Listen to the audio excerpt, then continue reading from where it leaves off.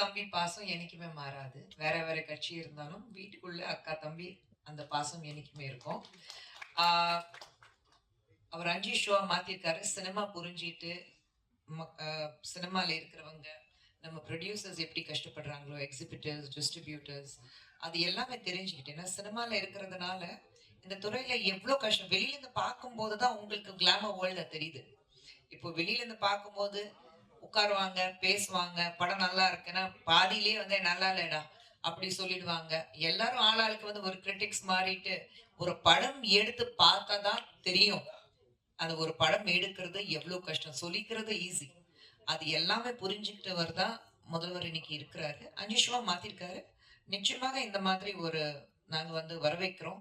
ஒரு தாட். ஏன்னா ப்ரொடியூசர் சம்பாதிக்கிறோம். மெயினா வந்து சினிமா பொறுத்த வரைக்கும் ப்ரொடியூசர்ஸ் நல்லா இருந்தா தான் படங்கள் எடுக்க முடியும். காசு போட்டு எடுக்கிறவங்க ப்ரொடியூசர்ஸ் தான். வேற யாருமே கிடையாது.